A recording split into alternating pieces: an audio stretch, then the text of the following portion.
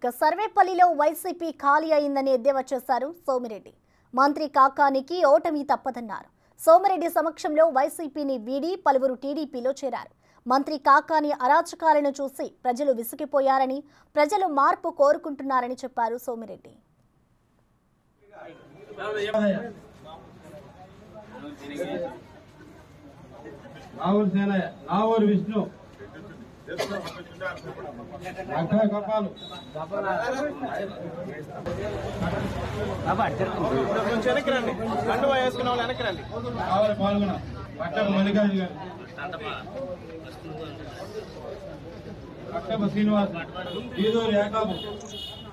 కనీసం 20 గ్రామాల్లో వాళ్ళకి మనుషులు దొరకని పరిస్థితి వచ్చింది. ఎందుకంటే ఈ 5 సంవత్సరాలు దోపిడీ, దుర్మార్గాలు, అరాచకాలు, తప్పుడు కేసులు, జైళ్ళకి పంపించడం, ఆస్తులు విధ్వంసం, పేదోళ్ళ ఆస్తుల విధ్వంసం, ఇది మనం ఎప్పుడు చూసాం?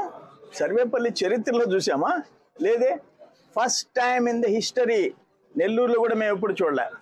ఆనవాళ్ళతో పోరాడాం, నేదురుమల్లితో పోరాడాం, రాజశేఖర రెడ్డితో పోరాడాం. మా జోలికి రాలే. నా మీద 23 కేసులు. 23 అంటే ఇప్పుడు లెక్క చూస్తే నేను 13 అనుకుంటున్నా. 23 కేసులు. ఇక నా మీద 23 పెడితే కురవల మీద పెట్టేదానికి ఏముంది?